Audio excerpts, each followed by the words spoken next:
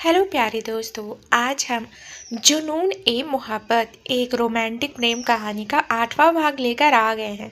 तो चलिए आज की कहानी को शुरू करते हैं। मूनलाइट इवेंट्स के मुख्य दफ्तर से लेकर ओबरॉय मैंसन के इस आलीशान पेंट हाउस तक रावी मेहरा की जिंदगी पिछले कुछ दिनों से एक ऐसे चक्रव्यूह में बदल चुकी थी जहां हर एक सुबह एक नया सस्पेंस और हर एक रात एक नया खौफ लेकर आ रही थी।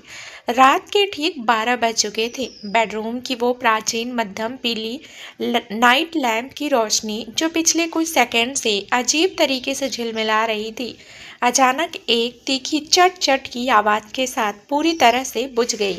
सिर्फ वही लैंप नहीं, बल्कि खिड़की के पार दिखने वाली पूरे ओबरॉय मैंसन की फ्लड लाइट्स, कॉरिडोर के प्राचीन झूमर और बगीचे की सुरक्षा लाइटें भी एक ही माइक्रो सेकेंड के अंदर पूरी तरह से घने अंधेरे के आगोश में समा गई। यह कोई सामान्य बिजली का जाना नहीं था। यह अंडरवर्ल्ड के सबसे शातिर हैकर कबीर का वो डिजिटल वायरस था जिसने ओबराय मेंसन के अभेद्य माने जाने वाले मुख्य फायरवॉल और सेंट्रलाइज्ड सर्वर को पूरी तरह से क्रैश कर दिया था। बिजली ग्रिड के बंद होते ही मेंसन के सारे सीसीटीवी कैमरे, सुरक्षा अलार्म और यहाँ तक कि मुख्य दरवाजे के ऑटोमेटिक इलेक्ट्रॉनिक लॉक्स भी एक झटके के साथ अनलॉक हो चुके थे। पूरी हवेली इस वक्त एक अंधेरी और मूक काल कोठरी जैसी लग रही थी, जहां सुरक्षा का हाईटेक घेरा एक ही पल में तिनके की तरह बिखर चुका था। खिड़की के पास खड़ी रावी मेहरा का दिल यह अचानक हुए घोर अंधेरे को देखकर झटके से धड़कने लगा। उसकी आंखें खौफ के मारे पूरी तरह से सिकुड़ गई। उसने अपनी सांसों को काबू में करने की कोशिश की और तुरंत अपने हाथ में पकड़े फोन की फ्लैश लाइट को ऑन करने के लिए जैसे ही अपनी उंगली स्क्रीन पर टिकाई, तभी अंधेरे के उस सन्नाटे को चीरता हुआ एक बहुत ही भारी, मजबूत और फौलादी साया रावी के पीछे आकर मंडराया। रावी को संभलने का एक सेकंड का भी मौका नहीं मिला। एक बहुत ही मजबूत हाथ ने झटके से आगे बढ़कर रावी की उसी जख्मी और नाजुक कलाई को अपनी पकड़ में दबोच लिया, जहां हथकड़ी के नीले निशान पड़ चुके थे। रावी के मुंह से डर और दर्द के मारे एक तेज चीख निकलने ही वाली थी कि तभी एक दूसरी भारी हथेली ने बहुत ही मजबूती से रावी के मुंह को पूरी तरह से ढक दिया। उफ! रावी की आवाज उसके हलक में ही घुट कर रह गई। वह साया कोई और नहीं बल्कि विक्रांत सिंह ओबराय था। वह अपनी पीठ के सेकेंड डिग्री बर्न के जानलेवा दर्द और अपनी बाह की गोली के घाव की परवाह किए बिना जैसे ही लाइट बंद हुई थी, बेड से सीधे चीते की रफ्तार से नीचे उतरा था। उसकी पट्टियां इस अचानक मूवमेंट के कारण दोबारा खिंच चुकी थी और उसकी सिल्क की ब्लैक नाइट गाउन के पीछे से खून की कुछ बूंदें रिसने लगी थी। लेकिन इस वक्त उसका वो जानवर जैसा प्रोटेक्टिव और भयंकर पजेसिव रूप अपने चरम पर था। उसने रावी के पूरे नाजुक शरीर को अपनी मजबूत छाती से कस कर सटा लिया और उसे खींचते हुए सीधे किंग साइज बेड के पीछे बने एक गहरे सुनसान पिलर की ओट में ले जाकर छुपा दिया। दोनों इस वक्त अंधेरे कमरे के उस संकरे कोने में एक दूसरे के इतने करीब थे कि दोनों के दिलों की धड़कनें साफ सुनी जा सकती थी। विक्रांत की भारी और गर्म सांसें रावी के कान के बिल्कुल पास टकरा रही थी, जिससे रावी के पूरे बदन में एक अजीब सी सिरहन दौड़ गई। विक्रांत ने रावी के मुंह से धीरे से अपना हाथ हटाया, लेकिन उसकी फौलादी पकड़ रावी की कमर और उसकी कलाई पर वैसी ही कसी रही। Shut up Ravi, just stay completely silent and don't care to move on inch. Vikrant ने रावी के कान के बिल्कुल पास झुककर अपनी आवाज को बेहद धीमा, बर्फीला और कड़क रखते हुए फुसफुसाया। उसकी आवाज में इस वक्त कोई पुराना अहंकार नहीं था, वहां सिर्फ रावी को खोने का एक बहुत बड़ा और कांपता हुआ खौफ साफ महसूस हो रहा था। यह कोई नॉर्मल पावर कट नहीं है। मैंसन का मुख्य सर्वर हैक हो चुका है। बाहर गलियारे के गार्ड्स को हटा दिया गया है या वे बेबस हो चुके हैं।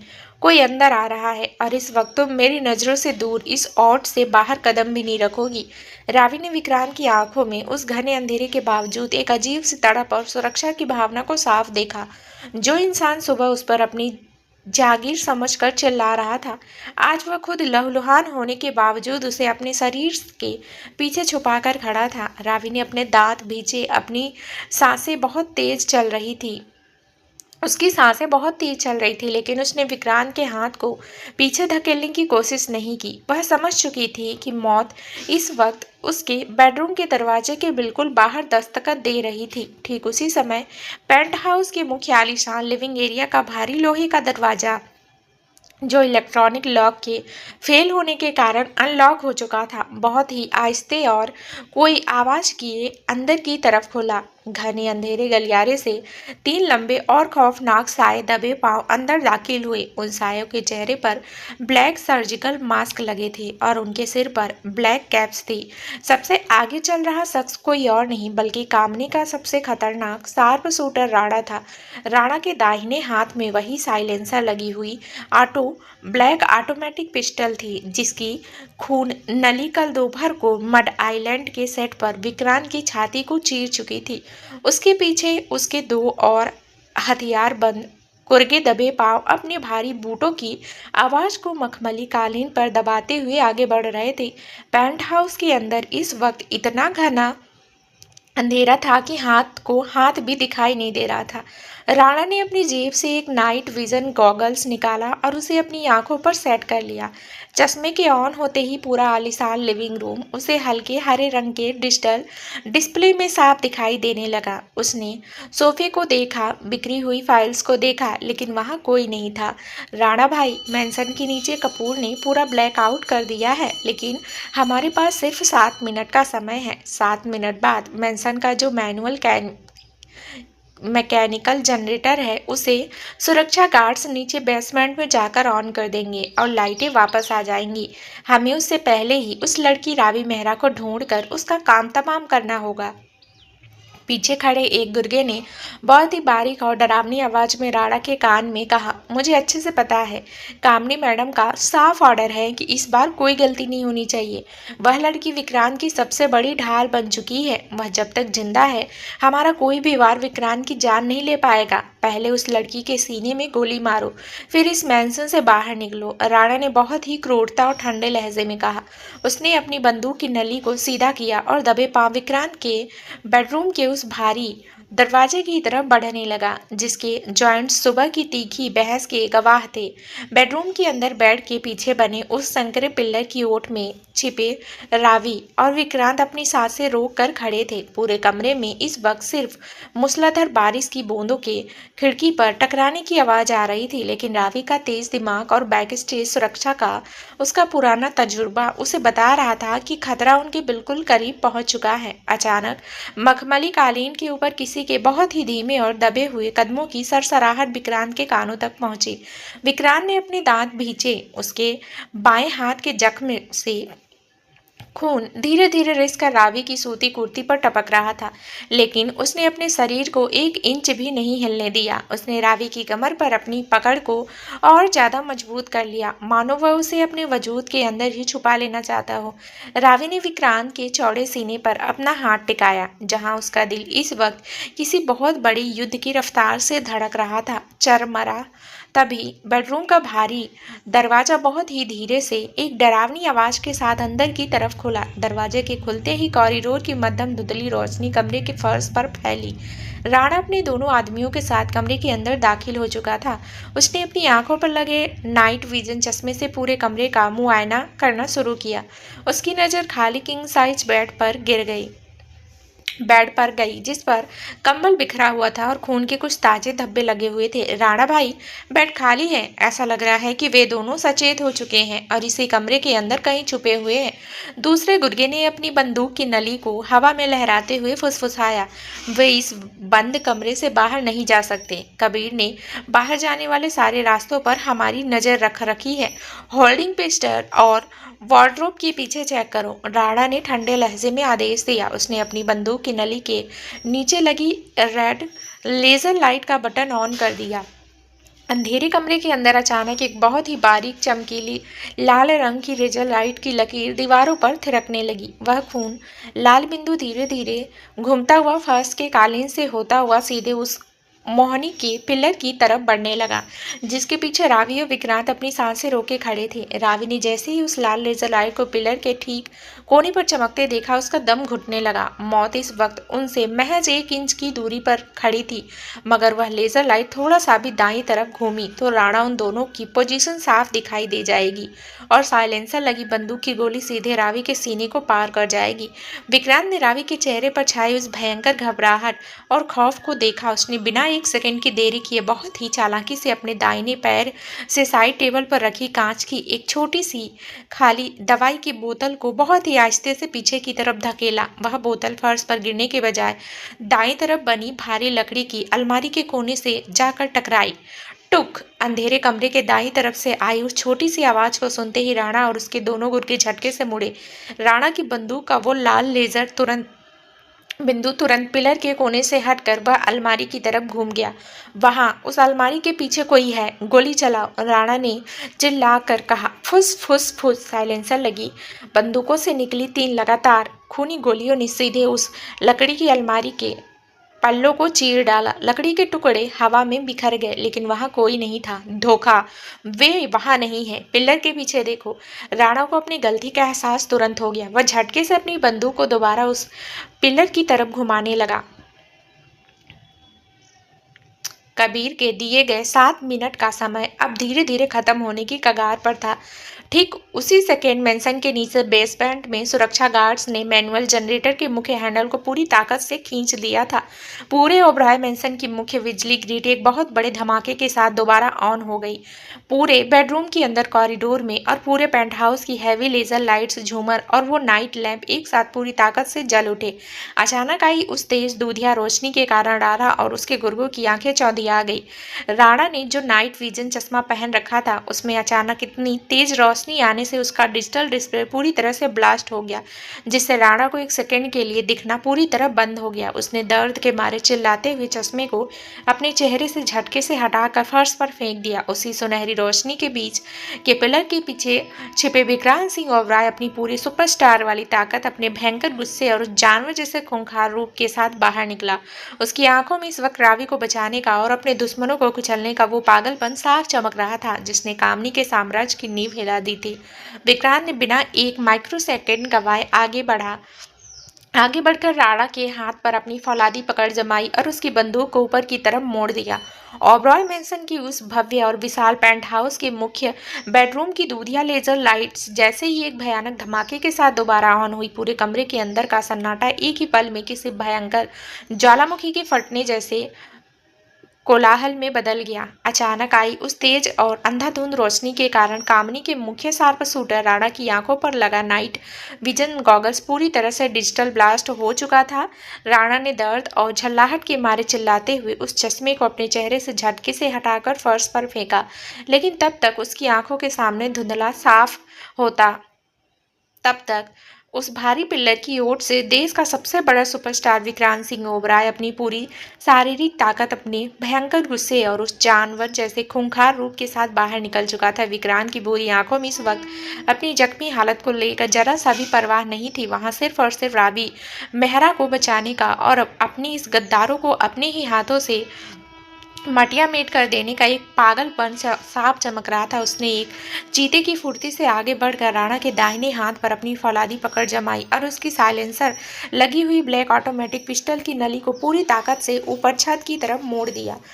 साइलेंसर के कारण बंदूक से निकली 2 खूनी गोलियां बिना कोई आवाज के सीधे बेडरूम की कीमती फॉल्स सीलिंग को चीरती हुई निकल गई और वहां से प्लास्टर का सफेद मलबा फर्श पर बिखर गया। विक्रांत ने अपने दांत भींचे। उसकी पीठ के 2nd डिग्री बर्न के सारे टांके इस भारी झटके के कारण पूरी तरह से टूट चुके थे और उसकी सिल्क की ब्लैक गाउन के पीछे से खून का एक नया सैलाब रिसकर फर्श के मखमली कालीन को लाल कर रहा था। लेकिन उसने अपने इस जानलेवा दर्द की रत्ती भर भी परवाह नहीं की। उसने अपने बाएं जख्मी हाथ की कोहनी से राणा के जबड़े पर एक बहुत ही जोरदार प्रहार किया।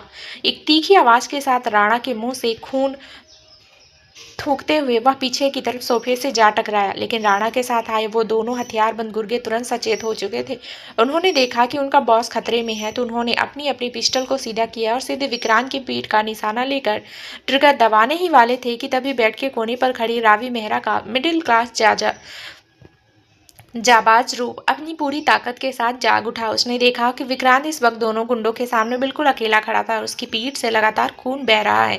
रावी ने अपनी छिली हुई कलाइयों के दर्द को पूरी तरह से भुला दिया। बेड के साइड टेबल पर रखे पीतल के एक बहुत ही भारी प्राचीन पानी के बर्तन पर उसकी नजर पड़ी। उसने बिना एक सेकंड गवाए उस भारी पीतल की सुराही को दोनों हाथों से उठाया और पूरी ताकत लगाकर पहले मुर्गे के सिर पर दे मारा। वह भारी पीतल की सुराही सीधे उस मुर्गे के माथे के बीचों बीच जाकर टकराई। एक भयानक चीख के साथ उसका सिर फट गया और उसके हाथों में पकड़ी बंदूक दूर कालीन पर सरकती हुई चली गई। वह बेहोश होकर सीधे फर्श पर जा गिरा। राणा भाई, वह लड़की बहुत खतरनाक है, दूसरे गुर्गे ने चिल्लाकर अपनी बंदूक की नली को विक्रांत से हटाकर सीधे रावी के सीने की तरफ घुमाना चाहा, लेकिन विक्रांत ने फर्श पर पड़े पड़े ही अपनी लंबी टांग से उस गुर्गे के पैरों पर एक जोरदार लात मारा। उसका संतुलन बिगड़ गया और वह सीधे फर्श पर अपनी पीठ के बल जा गिरा। विक्रांत उसके ऊपर कूद गया और उसने अपनी पूरी ताकत लगाकर उसका गला अपने दोनों हाथों से दबोच लिया। कमरे के अंदर इस वक्त खून, बारूद और चीखों का एक ऐसा तांडव चल रहा था जिसने ओबरॉय मेंसन की शांत रात को एक भयानक जंग के मैदान में तब्दील कर दिया था। रावी और विक्रांत अपनी जख्मी हालतों के बावजूद एक दूसरे की ढाल बनकर इन तीनों शार्प शूटरों के सामने चट्टान की तरह खड़े थे। ठीक उसी सेकंड बेडरूम का भारी मुख्य दरवाजा एक बहुत ही जोरदार धमाके के साथ टूटकर फर्श पर आ गिरा। समीर हाथ में एक रिवॉल्वर लिए और उसके पीछे मेंसन के 10 हथियारबंद सुरक्षा गार्ड अपनी स्वचालित राइफल्स ताने कमरे के अंदर तूफान की तरह दाखिल हुए। नीचे बेसमेंट से जनरेटर ऑन होते ही समीर ने पूरे मेंसन की फोर्स को पेंट हाउस की तरफ दौड़ने का ऑर्डर दे दिया था। गार्ड्स चारों तरफ से घेर लो इन्हें, कोई भी जिंदा बाहर नहीं जाना चाहिए, समीर ने गुस्से में दहाड़ते हुए चिल्लाकर कहा। सुरक्षा गार्ड्स ने कमरे के अंदर घुसते ही फर्श पर पड़े दूसरे गुर्गे पर अपनी बंदूकें तान दी। राणा ने जैसे ही देखा कि मेंसन की पूरी हैवी सिक्योरिटी फोर्स अंदर आ चुकी है, उसका डिजिटल ब्लैकआउट का 7 मिनट का समय पूरी तरह से खत्म हो चुका था और वह चारों तरफ से घेर चुका था। उसकी आंखों में पकड़े जाने का एक भयानक खौफ साफ दिखाई दे रहा था। उसने अपनी जेब से एक छोटा सा स्मोक ग्रेनेड निकाला और उसे फर्श पर पटक दिया। भाग! एक ही माइक्रो सेकेंड के अंदर पूरे बेडरूम में घने सफेद धुएं का एक बहुत बड़ा गुब्बार फैल गया, जिससे किसी को कुछ भी दिखाई देना बंद हो गया। उस धुएं का फायदा उठाकर राणा ने खिड़की के भारी कांच पर अपनी बंदूक के बट से 3-4 जोरदार वार किए। कांच एक भयानक शोर के साथ टुकड़े टुकड़े होकर नीचे बगीचे में बिखर गया। राणा ने अपने घायल दूसरे आदमी को उठाया और मेंसन की छत के गुप्त पाइपलाइंस के रास्ते से होता हुआ मूसलाधार बारिश के अंधेरे में हमेशा के लिए बाहर की तरफ भाग निकला। समीर, पीछा करो उसका, वे छत के रास्ते से भाग रहे हैं, समीर ने चिल्लाकर अपने 4 गार्ड्स को खिड़की की तरफ भेजा। पूरा कमरा धुएं और मलबे से भरा हुआ था। जैसे ही धुआं थोड़ा सा कम हुआ, रावी ने गहरी और हाँफती हुई सांस ली। उसने अपनी आंखें घुमाई और विक्रांत की तरफ देखा। गुंडों के भागते ही विक्रांत के शरीर का वो एड्रेनालाइन का स्तर एक ही पल में पूरी तरह से खत्म हो चुका था। उसकी छाती की पट्टियां पूरी तरह लाल हो चुकी थी और उसकी पीठ के खोले हुए टांकों से इतना ज्यादा खून बह चुका था कि उसका पूरा चेहरा किसी सफेद कागज की तरह पीला पड़ गया था। उसकी भूरी आंखें धीरे धीरे बंद होने लगी थी और उसके पैर हवा में लड़खड़ाने लगे थे। वह सीधे फर्श पर गिरने ही वाला था कि रावी मेहरा ने पागलों की तरह आगे बढ़कर अपनी दोनों बाहों को विक्रांत के चौड़ी सीने के चारों तरफ फैला दिया और उसे फर्श पर गिरने से पहले खुद अपनी गोद में संभाल लिया। विक्रांत का भारी शरीर सीधे रावी के नाजुक कंधों पर आ टिका। मिस्टर ओबरॉय, आंखें खोलिए प्लीज, मेरी तरफ देखिए। समीर सर, डॉक्टर को बुलाइए, इनका पूरा खून बह चुका है। रावी की आवाज में इस वक्त नफरत की वो दीवार पूरी तरह ढह चुकी थी। वहां सिर्फ और सिर्फ विक्रांत को इस हालत में देखने का एक असहनीय दर्द और कांपती हुई तड़प साफ चमक आ रही थी। विक्रांत ने बहुत ही मुश्किल से अपनी आधी आंखें ऊपर उठाई। उसकी उंगलियां बहुत ही कमजोरी के साथ रावी के हाथ के उस नीले निशान को छूने के लिए आगे बढ़ी, लेकिन बीच में ही उसकी ताकत ने उसका साथ छोड़ दिया। उसके होठों से बहुत ही बारीक और आखिरी फुसफुसाहट निकली, रावी, और उसका सिर एक तरफ लुढ़क गया। वह पूरी तरह से अचेत बेहोश होकर रावी की गोद में समा चुका था। रात के ठीक 2 बज रहे थे। ओबरॉय मेंसन का मुख्य लिविंग रूम इस वक्त पूरी तरह से रोशन था। लेकिन वहां का माहौल किसी शमशान घाट जैसा ठंडा, डरावना और भारी था। दिग्विजय सिंह ओबराय अपनी सोने की नक्कासीदार छड़ी को दोनों हाथों के बीच थामे अपनी मुख्य कुर्सी पर बैठे थे। उनकी बूढ़ी आंखों में इस वक्त गुस्सा नहीं था, वहां सिर्फ एक ऐसा खूंखार और आदमखोर प्रतिशोध की आग सुलग रही थी जिसने ओबराय खानदान के पिछले 50 सालों के इतिहास में कभी किसी ने नहीं देखी थी। उनके ठीक सामने समीर बहुत ही गंभीर चेहरा लिए खड़ा था और फर्श पर कामनी का वो बेहोश गुर्गा जंजीरों से जकड़ा हुआ पकड़ा था जिसे रावी ने पीतल की सुराही से मारा था। विक्रांत को ऊपर पेंट हाउस के ही एक दूसरे सुरक्षित वीआईपी मेडिकल रूम में डॉक्टरों की सख्त निगरानी में रखा गया था, जहां रावी खुद अपने हाथों से उसकी पट्टियों की देखभाल कर रही थी। समीर, दिग्विजय सिंह की आवाज़ इस वक्त किसी बहुत ही भारी और ठंडे लोहे के सरकने जैसी खौफनाक थी। कामनी और सौर्य को लगता है कि उन्होंने इस घर की साख के पीछे छुपकर मेरे पोते की जान का सौदा कर लिया है। वे सीक्रेट बेसमेंट के अंदर बैठकर बाहर डिजिटल हैकर्स और साफ शूटरों को पैसे भेज रहे हैं। मेरी आंखों के सामने मेरे ही खून को बहाने की जरूरत की है उन्होंने। जी बड़े साहब, बलवंत की रिपोर्ट और इस पकड़े गए गुंडे के बयान से साफ साबित हो चुका है कि कामनी मैडम ने उस 22 साल पुराने गुप्त बंकर के छिपे हुए कैश और हथियारों का इस्तेमाल करके कबीर नाम के हैकर और राणा को सीधे हायर किया था। उनका एकमात्र मकसद मिस रावी को रास्ते से हटाना था ताकि विक्रांत सर पूरी तरह से अकेले पड़ जाएं। समीर ने अपना सिर झुकाकर पूरी कड़वी सच्चाई बड़े साहब के सामने रख दी। दिग्विजय सिंह ओबराय बहुत ही धीमे कदमों से अपनी कुर्सी से खड़े हुए। उन्होंने अपनी सोने की छड़ी को फर्श पर इतनी जोर से पटका कि उसकी गूंज पूरे मैंसन के कॉरिडोर में काफी देर तक गूंजती रही। अब बहुत हो चुका समीर, ओबराय खानदान की झूठी साख और इज्जत को बचाने का मेरा धैर्य अब पूरी तरह से खत्म हो चुका है। कामनी और शौर्य ने मेरे पोते की छाती पर गोली मारी है और आज रात उन्होंने पूरे मैंसन का सर्वर क्रैश करके मौत को मेरे बेडरूम के दरवाजे तक ला खड़ा किया है। मैं इन्हें इस हवेली की हवा में सांस लेने की इजाजत भी अब एक सेकंड के लिए नहीं दे सकता। दिग्विजय सिंह की आंखों में इस वक्त अपनी सौतेली बहू और छोटे पोते के लिए सिर्फ और सिर्फ अंतिम सजा का ऐलान चमक रहा था। उन्होंने समीर की तरफ देखा और बहुत ही कड़े, ठंडे और खौफनाक लहजे में अपना अंतिम आदेश सुनाया। समीर, इसी वक्त ओबराय ट्रस्ट की सबसे वफादार और हैवी सीक्रेट सिक्योरिटी के 3 ब्लैक गाड़ियां निकालो। आज ही रात को इन मूसलाधार बारिश के अंधेरे में कामनी और शौर्य को उस सीक्रेट बेसमेंट के बाहर निकाला जाए।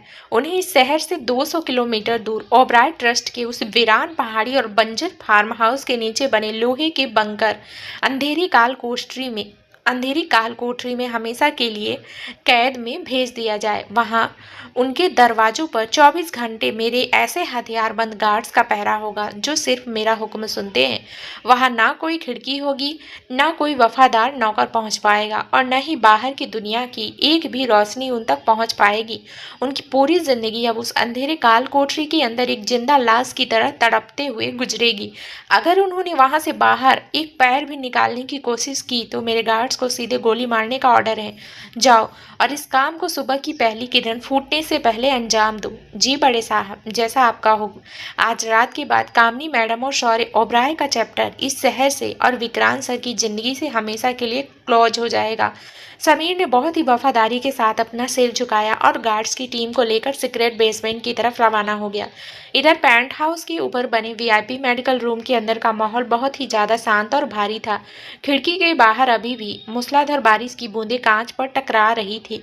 बेड पर विक्रांत सिंह ओबराय बेहोश लेटा हुआ था। डॉक्टरों ने उसकी पीठ के सारे टांके दोबारा बहुत ही बारीकी से सिल दिए थे और उसके बाएं हाथ की बाह पर भी एक नई सफेद पट्टी बांध दी थी। हैवी एंटीबायोटिक और दर्द निवारक दवाइयों के असर के कारण उसका पूरा शरीर इस वक्त शांत था, लेकिन उसका माथा अभी भी तेज बुखार के कारण थोड़ा सा तप रहा था। रावी मेरा बेड के बिल्कुल बगल में बैठी हुई थी। उसके हाथ में एक फर्स्ट एंड मलहम और सूती कपड़ा था। उसने पूरी रात बिना अपनी आंखें एक सेकंड के लिए भी बंद किए विक्रांत के माथे पर ठंडे पानी की पट्टियां बदली थी। वह बहुत ही खामोशी से विक्रांत के उस सोते हुए चेहरे को देख रही थी। आज रात की इस खौफनाक हादसे ने रावी के दिल के अंदर एक बहुत बड़ी कसमकस और उलझन पैदा कर दी थी। वह अच्छी तरह जानती थी कि सुबह जो विक्रांत उस पर अपनी जागीर समझकर पाबंदियां लगा रहा था, उससे इतनी घृणा कर रहा था। आखिर वही इंसान रात होते ही अपनी जान की, अपनी पट्टियों के टूटने की परवाह किए बिना सीधे मौत के सामने कूदकर उसकी जान क्यों बचा गया। उसने 2 बार रावी के सीने के सामने अपनी खुद की छाती को ढाल बना दिया था। मिस्टर ओबराय, आप सचमुच एक बहुत बड़ी पहेली हैं। सुबह आपका वो जानवर जैसा घमंड मुझे आपसे नफरत करने पर मजबूर करता है और रात होते ही आपका यह लहलुहान शरीर मुझे आपके इस एहसान के बोझ तले दबा देता है। मैं इस सीक्रेट मैरिज कॉन्ट्रैक्ट के बंधन में सिर्फ अपने पापा के लिए आई थी, लेकिन अब मुझे लग रहा है कि हमारी किस्मत की डोर इस मैंसन की दीवारों के पीछे किसी बहुत बड़े और अनजाने मोड़ की तरफ बढ़ रही है। रावी ने बहुत ही मध्यम और भावुक आवाज में खुद से कहा। उसने विक्रांत के हाथ को, जिस पर ताजी पट्टी बंधी थी, बहुत ही आहिस्ता से अपने हाथों के बीच लिया और उसे सहलाने लगी। विक्रांत के चेहरे पर इस वक्त कोई पुराना अहंकार नहीं था। वह बिल्कुल शांत सोया हुआ था। अगली सुबह जब खिड़की के भारी पर्दों को चीरती हुई धूप कमरे के अंदर फैली तो पूरा बेडरूम एक शांत और सुकून भरे माहौल में डूब गया। मैंसन के बाहर कल रात की मूसलाधार बारिश अब पूरी तरह से थम चुकी थी। हवा में मिट्टी की एक सौंधी सी खुशबू थी और आसमान बिल्कुल साफ हो चुका था। कल रात जो इस कमरे में गोलियों की तड़तड़ाहट और खून खराबा हुआ था, सुबह की इस ताजा धूप में उसका नामो निशान भी दिखाई नहीं दे रहा था। मेंशन के स्टाफ ने सुबह होने से पहले ही पूरे कमरे की सफाई कर दी थी, टूटे हुए शीशों को बदल दिया था और हर चीज को अपनी जगह पर बिल्कुल परफेक्टली सेट कर दिया था। कमरे के बीचों बीच बने बड़े से बेड पर विक्रांत सिंह ओबरॉय लेटा हुआ था। उसकी सिल्क की शर्ट के बटन खुले हुए थे और उसकी छाती व हाथ पर सफाई से बंधी सफेद पट्टियां साफ दिख रही थी। डॉक्टरों ने रात को ही उसकी पीठ के सारे टांके दोबारा लगा दिए थे और हैवी दवाइयों के असर के कारण वह अभी तक गहरी नींद में सो रहा था। बुखार कम होने की वजह से उसका चेहरा अब थोड़ा शांत लग रहा था और उसके माथे पर पसीने की कोई लकीर नहीं थी। ठीक उसके बेड के कोने पर रावी मेरा फर्श पर बैठी हुई थी। उसने अपने सिर बेड के गद्दे के एक छोटे से हिस्से पर टिका रखा था और कमजोरी व थकान के कारण उसकी अपनी आंखें भी लग चुकी थी। वह पूरी रात बिना एक सेकंड के लिए अपनी पलकें झपकाए विक्रांत के सिरहाने बैठी रही थी।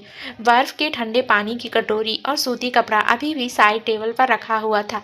रावी का वो पीले रंग का सादा सूती सूट थोड़ा सा सिकुड़ चुका था और उसके बिखरे हुए बाल उसके चेहरे पर आ रहे थे। नींद में भी रावी ने विक्रांत के उस जख्मी हाथ को सिर पर आईवी ट्रिप लगा दी, जिस पर आईवी ट्रिप लगी थी, अपनी उंगलियों से बहुत ही हल्के से छू रखा था, मानो वह बेहोशी में भी अपनी सुरक्षा की जिम्मेदारी को नहीं भूली थी। विक्रांत की पलकें धीरे धीरे कांपी। जैसे ही दवाइयों का असर कम हुआ, उसकी गहरी भूरी आंखें खुल गई। होश में आते ही उसकी पीठ और हाथ में एक मीठा सा दर्द उभरा, लेकिन उसने अपने होंठ भींच कर उस दर्द को दबा लिया। उसने धीरे से अपना सिर घुमाया और बेड के कोने की तरफ देखा। जब उसकी नज़र वहां सोई हुई रावी पर पड़ी तो विक्रांत के दिल के किसी बहुत ही गहरे और छुपे हुए कोने में एक अजीब सी हलचल हुई। सुबह की गुनगुनी धूप सीधे रावी के चेहरे पर पड़ रही थी, जिससे उसका सादा और थका हुआ चेहरा भी बेहद खूबसूरत और मासूम लग रहा था।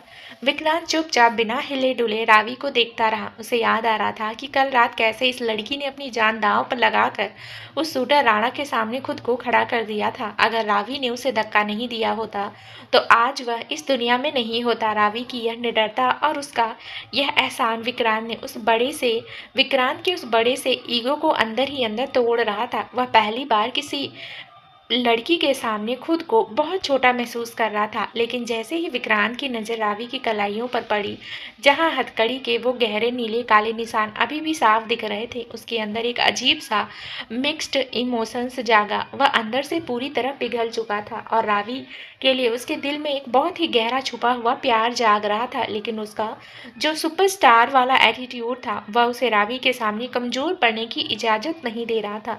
वह नहीं चाहता था कि रावी को यह लगे कि विक्रांत ओबराय उसके सामने झुक गया है या उससे माफ़ी मांग रहा है। वह अपनी इसी कमजोरी और पछतावे को छुपाने के लिए दोबारा अपने उसी पुराने सख्त और रूखे मुखौटे के पीछे छुप गया। उसने बहुत ही मुश्किल से अपने गले को साफ किया और अपनी आवाज़ को जबरदस्ती भारी और कड़क बनाते हुए कहा, रावी, रावी मेहरा उठो। विक्रांत की कड़क आवाज़ जैसे ही कमरे के सन्नाटे में गूंजी, रावी झटके से नींद से जाग गई। वह हड़बड़ा कर सीधी बैठी। उसने अपने बिखरे बालों को पीछे समेटा और अपनी सूजी हुई आंखों से सीधे विक्रांत को देखा। विक्रांत होश में आ चुका था और उसकी आंखें पहले की तरह ही गुस्सा उगल रही थी। रावी ने एक गहरी सांस ली, उठकर खड़ी हुई और अपनी आवाज़ को बिल्कुल नॉर्मल रखते हुए कहा, मिस्टर ओबराय, आपको होश आ गया? आपका बुखार अब पूरी तरह टूट चुका है, लेकिन प्लीज बेड पर सीधे लेटे रहिए, उठने की कोशिश बिल्कुल मत करना। डॉक्टरों ने साफ कहा है कि आपकी पीठ के टांके बहुत नाजुक हैं। मुझे मत सिखाओ कि मुझे क्या करना है रावी। विक्रांत ने अपने दांत भींचे। उसकी आवाज में वही पुराना रूखापन वापस आ चुका था। और तुम पूरी रात मेरे बेड से सटकर क्यों सोई हुई थी? क्या मैंने तुम्हें कल सुबह साफ साफ शब्दों में नहीं कहा था कि तुम यहाँ सिर्फ मेरी हिडन वाइफ बनकर आई हो? तुम्हें मेरे इतने करीब आने की या मेरे पर्सनल स्पेस में दखल देने की कोई जरूरत नहीं है। रावी ने विक्रांत की इस कड़वी बातों को सुना, लेकिन उसके चेहरे पर कोई डर या गुस्सा नहीं आया। वह अब विक्रांत के इस शक्की और घमंडी मिजाज को बहुत अच्छे से समझ चुकी थी। वह आगे बढ़ी, साइड टेबल से थर्मामीटर उठाया और बहुत ही अधिकारपूर्ण लहजे में कहा, मिस्टर ओबराय, अपनी यह चिल्लाने की आदत और यह झूठा एटीट्यूड बंद कीजिए। मैं यहाँ अपनी मर्जी से आपके बेड के पास नहीं सोई थी। आपके दादाजी दिग्विजय सिंह जी ने मुझसे वादा लिया था कि मैं 24 घंटे आपकी निगरानी में करूंगी।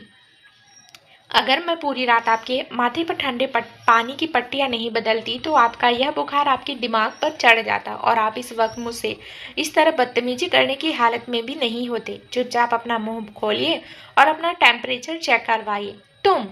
तुम्हारी यह जुबान बहुत ज्यादा चलती है रावी मेहरा। विक्रांत ने गुस्से में अपना सिर दूसरी तरफ घुमा लिया। मुझे कोई टेम्परेचर चेक नहीं करवाना और यह चांदी की ट्रे यहाँ से हटाओ। मुझे यह दलिया और दवाइयाँ बिल्कुल नहीं खानी है। समीर कहाँ है? उसे अंदर बुलाओ, मुझे ऑफिस के कुछ जरूरी काम देखने हैं। समीर सर इस वक्त मेंशन में नहीं है, वे बड़े साहब के किसी जरूरी काम से बाहर गए हैं। और जहाँ तक इस नाश्ते और दवाइयों की बात है तो आपके पास कोई दूसरा ऑप्शन नहीं है। रावी ने बहुत ही सख्त और कड़े रूल्स के साथ दलिया का कटोरा उठाया और चम्मच विक्रांत के होठों के पास ले गई। अगर आपने चुपचाप यह नाश्ता नहीं किया और दवाइयाँ नहीं खाई तो मैं इसी वक्त नीचे जाकर बड़े साहब को ऊपर बुला लूंगी। फिर आप खुद उन्हें जवाब दीजिएगा कि आप अपनी जान के साथ यह खिलवाड़ क्यों कर रहे हैं। याद रखिए मिस्टर ओबराय, आपके पापा का इलाज और मेरे परिवार की सुरक्षा इस वक्त आपके ठीक होने पर ही टिकी है, इसलिए मैं आपको बीमार रहने की इजाज़त बिल्कुल नहीं दे सकती। विक्रांत ने रावी की आंखों में देखा। रावी की आंखों में वो अटूट निडरता और कड़कपन साफ दिख रहा था, जिसके सामने उसका सुपरस्टार का असीम घमंड एक बार फिर पूरी तरह से हार गया। उसने चढ़ते हुए गुस्से में रावी की तरफ देखा और चुपचाप उस चम्मच से दलिया खाने लगा। रावी बहुत ही सलीके से उसे पूरा नाश्ता करवाने लगी और फिर उसके हाथ में पानी का ग्लास देकर दवाइयाँ थमा दी। विक्रांत ने दवाइयाँ निगली और गुस्से में तकिए पर अपना सिर टिका कर आंखें बंद कर ली, मानो वह रावी का चेहरा भी नहीं देखना चाहता हो। लेकिन अंदर ही अंदर रावी का यह कड़ा और कैरिंग रूप उसके दिल को पूरी तरह से अपनी गिरफ्त में ले रहा था। ठीक उसी वक्त रावी के पुराने मोबाइल फोन की घंटी बजी, जो साइड टेबल पर रखा हुआ था। समीर ने सुबह ही बड़े साहब के कहने पर रावी का फोन उसे वापस सौंप दिया था ताकि वह अस्पताल में अपनी मां से बात कर सके, लेकिन उस पर एक कड़ा पहरा अभी भी लगा हुआ था। रावी ने फोन उठाया। स्क्रीन पर मूनलाइट्स इवेंट्स के मालिक मिस्टर मल्होत्रा का नाम फ्लैश हो रहा था। रावी ने विक्रांत के बेड से थोड़ी दूरी बनाई और फोन को अपने कान से लगाया। हेलो, नमस्ते मल्होत्रा सर। नमस्ते मिस रावी, कैसी हैं आप? कल रात के उस हादसे के बाद आपकी तबीयत तो ठीक है ना? फोन की दूसरी तरफ से मिस्टर मल्होत्रा की बहुत ही आदरणीय और प्रोफेशनल आवाज़ आई। जी सर, मैं बिल्कुल ठीक हूँ। आप बताइए, हमारे ग्लोबल फॉर फैशन वीक का क्या स्टेटस है? रावी ने अपनी आवाज़ को पूरी तरह से फॉर्मल रखा। मिस रावी, आपके लिए बहुत बड़ी अपडेट है।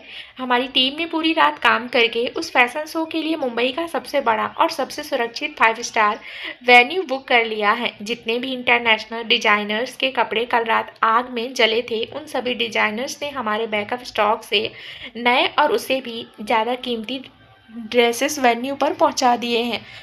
पूरा शो पूरी तरह से रीशेड्यूल हो चुका है और अगले 3 दिन में हमें इसे लाइव करना है। बोर्ड ऑफ डायरेक्टर्स चाहते हैं कि इस पूरे शो की ग्राउंड कमान और बैक स्टेज सिक्योरिटी दोबारा सिर्फ और सिर्फ आपके हाथों में ही हो।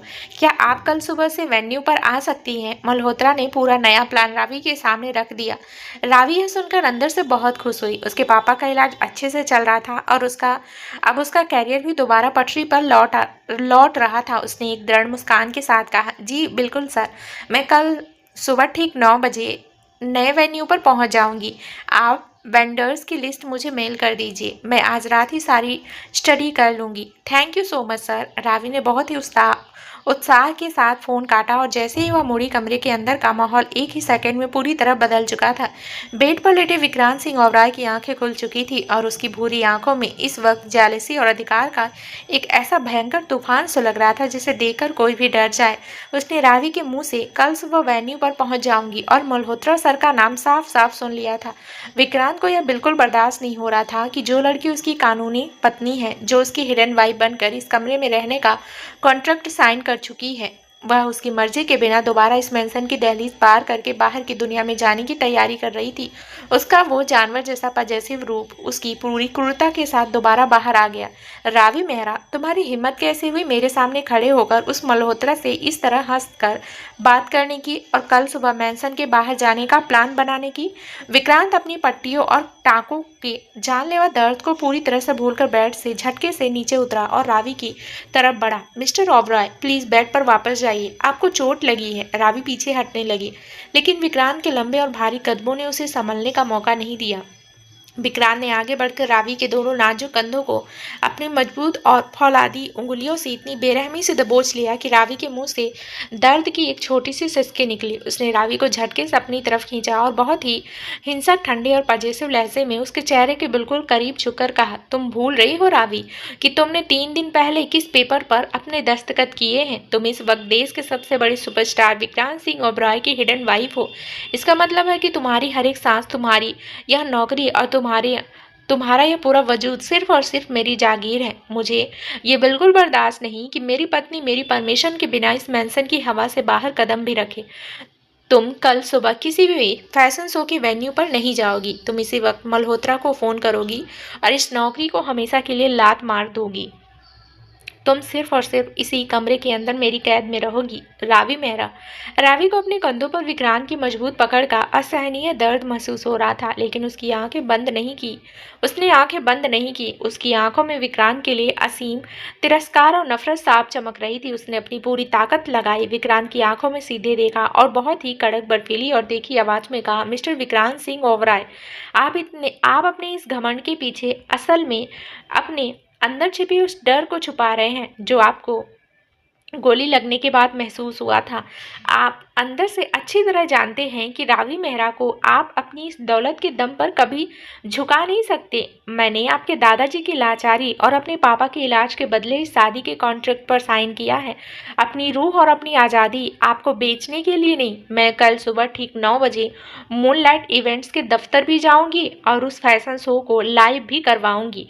अगर आपने अपनी इस पैसों के घमंड के दम पर मेरे पापा का इलाज रोकने की कोशिश की तो मैं इसी वक्त इस मेंशन को छोड़कर चली जाऊंगी और पुलिस स्टेशन जाकर पूरी मीडिया के सामने आपकी सीक्रेट मैरिज की धज्जियां उड़ा दूंगी। फिर देखते हैं कि आपकी इस ओबराय खानदान की साख और आपका यह सुपरस्टार का गुरूर कहाँ जाता है। दूर हटिए मुझसे, आपसे घिन आ रही है।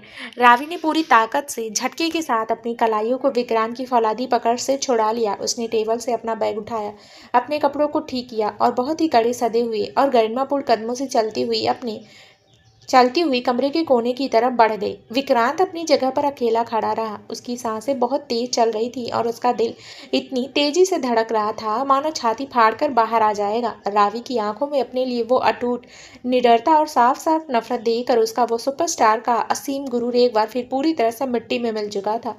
सुबह के ठीक 7:30 बज रहे थे। ओबराय मेंशन की पेंट हाउस का माहौल इस वक्त एक अजीब सी कसमकस से भरा हुआ था। रावी मेहरा कल रात की भयंकर बहस के बाद एक पल के लिए भी सो नहीं पाई थी। उसने आईने के सामने खड़े होकर अपने चेहरे को देखा।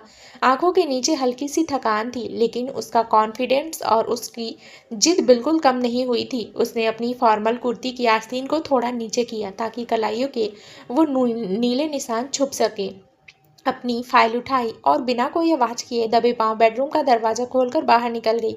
बेड पर विक्रांत अभी भी अपनी दवाइयों के असर के कारण गहरी नींद में था। उसकी पट्टियों से हल्का सा दवाइयों का सेंट कमरे की हवा में घुला हुआ था। रावी ने एक आखिरी बार उसकी तरफ देखा। उसके मन में एक अजीब सी उलझन थी। वह इस इंसान की जिद से चिढ़ती थी, लेकिन कल रात जिस तरह उसने अपनी जान दांव पर लगाकर उसकी रक्षा की थी, वह सच भी उसकी आंखों के सामने था। खैर, इस वक्त उसके लिए सबसे जरूरी उसका काम था। वह बिना विक्रांत को जगाए चुपचाप पेंट हाउस से नीचे आई आई, जहां समीर अपनी कार के साथ पोर्च में उसका इंतजार कर रहा था। गुड मॉर्निंग मिस रावी, आप ठीक तो है ना? कल रात के उस हादसे के बाद बड़े साहब काफ़ी परेशान थे, लेकिन उन्होंने कहा कि आपको आपके काम से रोकना सही नहीं होगा। समीर ने कार का दरवाज़ा खोलते हुए बहुत ही प्रोफेशनल अंदाज में कहा। मैं बिल्कुल ठीक हूँ समीर सर, इस वक्त मेरे लिए यह शो सबसे बड़ी प्रायोरिटी है। मल्होत्रा सर ने मुझ पर बहुत बड़ा दांव खेला है और मैं कंपनी का एक और नुकसान बर्दाश्त नहीं कर सकती। चलिए, हमें टाइम पर वेन्यू पहुंचना है। रावी कार की फ्रंट सीट पर बैठ गई और black Rolls Royce mud island के उस आलीशान 5 स्टार होटल के कन्वेंशन सेंटर की तरफ तूफानी रफ्तार से बढ़ चुकी थी। ठीक सुबह 9 बजे होटल ताज प्रेसिडेंसी का ग्रैंड कन्वेंशन हॉल पूरी तरह से रोशनी से जगमगा रहा था। यह नया वेन्यू पिछले वाले से कई ज़्यादा हाईटेक और सुरक्षित था। चारों तरफ सिक्योरिटी गार्ड्स की नई टीमें तैनात थी, मेटल डिटेक्टर्स लगे थे और हर एक बैकस्टेज पास को बार बार स्कैन किया जा रहा था। रावी ने हॉल के अंदर कदम रखते ही अपनी पूरी टीम को इकट्ठा किया। उसके हाथ में वॉकी टॉकी था और उसकी आंखों में एक लीडर जैसी कड़क चमक थी। लिसन एवरीवन, हमारे पास सिर्फ 48 घंटे हैं। पेरिस और मिलान के जो नए ट्रेडर्स ड्रेसेस आए हैं उन्हें होल्डिंग रूम नंबर 2 में शिफ्ट किया जाए। लाइट और साउंड की चेकिंग अभी इसी वक्त शुरू होनी चाहिए। नितिन, तुम खुद वीआईपी लाउंज का अरेंजमेंट देखोगे। इस बार अगर सुरक्षा में 1 इंच की भी चूक हुई तो मैं किसी को माफ़ नहीं करूंगी। रावी ने वॉक टॉकी पर अपनी टीम को बहुत ही क्रिस्प और क्लियर ऑर्डर्स दिए। पूरी टीम यस मैडम कहकर अपने अपने कामों में जुट गई।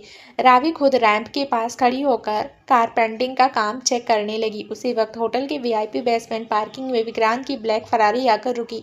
विक्रांत कार के अंदर ही बैठा था। उसने ब्लैक कलर की ओवर साइड हुडी पहन रखी थी और आंखों पर डार्क सन ग्लासेस थे। उसकी छाती और पीठ के टांकों में अभी भी एक तीखा दर्द था। डॉक्टरों की सख्त मनाही थी कि वह बेड से हिले भी ना, लेकिन उसका वो पजेसिव स्वभाव उसे मैंसन के अंदर चैन से बैठने नहीं दे रहा था। जब उसे सुबह होश आया और उसने देखा कि रावी कमरे में नहीं है तो उसका दिमाग पूरी तरह से आउट ऑफ कंट्रोल हो गया था। वह रावी को अपनी नज़रों से दूर नहीं होने देना चाहता था। उसने अपना सीक्रेट फ़ोन निकाला और समीर को कॉल किया, जो इस वक्त हॉल के अंदर ही था। समीर, मैं होटल के वीआईपी कैबिन नंबर 4 में बैठ रहा हूँ। मेक श्योर कि किसी भी मीडिया या क्रू मेंबर को पता ना चले कि मैं यहाँ हूँ। और हाँ, रावी पर अपनी नज़र रखो। वह इस वक्त क्या कर रही है, किससे बात कर रही है। मुझे हर 10 मिनट में उसकी पूरी रिपोर्ट चाहिए। विक्रांत की आवाज़ में वही पुराना कड़क और पजेसिव टोन था। जी सर, आप बिल्कुल बेफिक्र रहिए। मिस रावी इस वक्त स्टेज का फाइनल सेटअप देख रही हैं। मैं आपके कैबिन के सीसीटीवी सर्विलांस को ऑन करवा देता हूँ ताकि आप खुद लाइव फुटेज देख सकें। समीर ने बहुत ही वफादारी से कहा। विक्रांत कार से उतरा, अपनी हुडी की कैप को नीचे खींचा और वीआईपी लिफ्ट के जरिए सीधे कैबिन नंबर 4 में पहुंच गया, जहां से पूरा स्टेज और रैंप का हिस्सा साफ दिखाई दे रहा था। दोपहर के ठीक 2 बज रहे थे। फैशन शो का मुख्य रिहर्सल अपने आखिरी फेज में था। तभी कन्वेंशन हॉल के मुख्य दरवाजे से एक बहुत ही हैंडसम, लंबा और रौफदार शख्स अंदर दाखिल हुआ। उसने एक बेहद कीमती इटालियन सूट पहन रखा था। उसके बाल बहुत ही सलीके से सेट थे और उसके पीछे 3-4 वीआईपी सेक्रेटरीज फाइल्स लिए चल रहे थे। वह शख्स कोई और नहीं बल्कि दिल्ली की सबसे बड़ी प्रतिद्वंदी कंपनी एलिट मीडिया ग्रुप का युवा और करोड़पति मालिक कबीर सिंह शेखावत था। कबीर इस फैशन शो का सबसे बड़ा मुख्य अतिथि और नया इंटरनेशनल इन्वेस्टर था, जिसने मल्होत्रा कंपनी में इस शो को दोबारा खड़ा करने के लिए करोड़ों का फंड लगाया था। मिस्टर मल्होत्रा खुद दौड़ते हुए कबीर के स्वागत के लिए आगे आए। वेलकम मिस्टर शेखावत, मुंबई में आपका स्वागत है। हमारी कंपनी बहुत खुशनसीब है कि आपने एन वक्त पर हमारे इस रीशेड्यूल प्रोटेक्टर पर भरोसा जताया। कबीर ने बहुत ही शालीनता और एक जेंटलमैन की तरह मुस्कुराते हुए मल्होत्रा से हाथ मिलाया। थैंक यू मिस्टर मल्होत्रा, मुझे आपके इस शो के कॉन्सेप्ट पर पूरा भरोसा है, लेकिन मैं उस जाबाज चीफ मैनेजर से मिलना चाहता हूँ जिसने कल रात की उस भयानक आग के बावजूद हार नहीं मानी और पूरे शो को 48 घंटे में दोबारा खड़ा कर दिया। ऐसी लीडरशिप इस इंडस्ट्री में बहुत कम देखने को मिलती है। ओह बिल्कुल मिस रावी, प्लीज़ यहाँ आइए। मल्होत्रा ने स्टेज के पास खड़ी रावी को आवाज़ दी। रावी अपनी फाइल समेट कर बहुत ही प्रोफेशनल और ग्रेसफुल चाल के साथ कबीर और मल्होत्रा की तरफ बढ़ी। जैसे ही वह उसके पास पहुंची, कबीर की नज़रें रावी के उस सादे, बिना किसी मेकअप के चमकते हुए मासूम चेहरे और उसकी आंखों में छिपे गहरे आत्मविश्वास पर जाकर टिक गई। कबीर ने अपनी पूरी जिंदगी में मिलान और पेरिस की बड़ी बड़ी मॉडल्स देखी थी, लेकिन रावी की सादगी और उसकी कड़क पर्सनालिटी ने उसके दिल पर पहली ही नज़र में एक बहुत गहरा असर छोड़ दिया। मिस्टर शेखावत, ये हमारी chief manager miss Ravi Mehra हैं। कल रात इन्होंने अपनी जान पर खेलकर हमारे बैकअप डेटा को बचाया था, मल्होत्रा ने परिचय करवाया। कबीर ने आगे बढ़कर बहुत ही अदब और सम्मान के साथ रावी की तरफ अपना हाथ बढ़ाया और उसकी आवाज़ में एक अजीब सा ठहराव और आकर्षक था। It's an absolute honour to meet you miss Ravi. कल रात के आपकी उस कैरेज की कहानी मैंने सुनी। आप जैसे ईमानदार और स्ट्रॉन्ग लड़की के साथ काम करना मेरे लिए गर्व की बात है। रावी ने कबीर के उस बढ़ते हुए हाथ को देखा। आज तक ओबराय मैंसन में उसे सिर्फ शक, नफरत और पाबंदियां ही मिली थी। किसी बड़े रसूखदार इंसान को अपने काम के लिए इतना सच्चा सम्मान और तारीफ सुनना उसके दिल को छू गया। उसने बहुत ही शालीनता से मुस्कुराते हुए कबीर से हाथ मिलाया। Thank you so much mister Shekhawat. यह सिर्फ मेरी नहीं, मेरी पूरी टीम की मेहनत है। हम मेक श्योर करेंगे कि आपका यह करोड़ों का इन्वेस्टमेंट बिल्कुल सही जगह पर लगे। कबीर ने रावी के हाथ को छोड़ते हुए अपनी जेब से एक बहुत ही सुंदर असली सफ़ेद गुलाब का फूल निकाला, जो दिल्ली के एयरटेल वीआईपी बुके का हिस्सा था, और बहुत ही आदर के साथ रावी की तरफ बढ़ा दिया। A small token of appreciation for my side miss Ravi, all the best for the show. Ravi थोड़ा सा झिझकी, लेकिन मिस्टर मल्होत्रा के मुस्कुराते हुए इशारे को देखकर उसने उस सफ़ेद गुलाब को अपने हाथ में ले लिया और कबीर को धन्यवाद कहा। दोनों वहीं खड़े होकर नए सुरक्षा चार्ट्स और मॉडल की टाइमिंग को लेकर बहुत ही सहज और नरमी से बात करने लगे। कबीर रावी की हर एक बात को बहुत ही ध्यान से सुन रहा था। उसकी आंखों में रावी के लिए साफ साफ खिंचाव दिखाई दे रहा था। ठीक उसी वक्त वीआईपी केबिन नंबर 4 के अंदर की स्क्रीन पर यह पूरा लाइव नज़ारा सीधे विक्रांत सिंह ओबराय की आंखों के सामने चल रहा था। जैसे ही विक्रांत ने स्क्रीन पर उस नए हैंडसम इन्वेस्टर कबीर को रावी की तरफ देखते, उससे हाथ मिलाते और उसे वो सफ़ेद गुलाब का फूल देते हुए देखा, विक्रांत के अंदर की पजेसिवनेस, जलन और ईर्ष्या का एक ऐसा भयंकर और खौफनाक ब्लास्ट हुआ जिससे उसके पूरे वजूद को हिलाकर रख दिया। उसकी गहरी भूरी आंखें गुस्से के मारे पूरी तरह से लाल हो गई।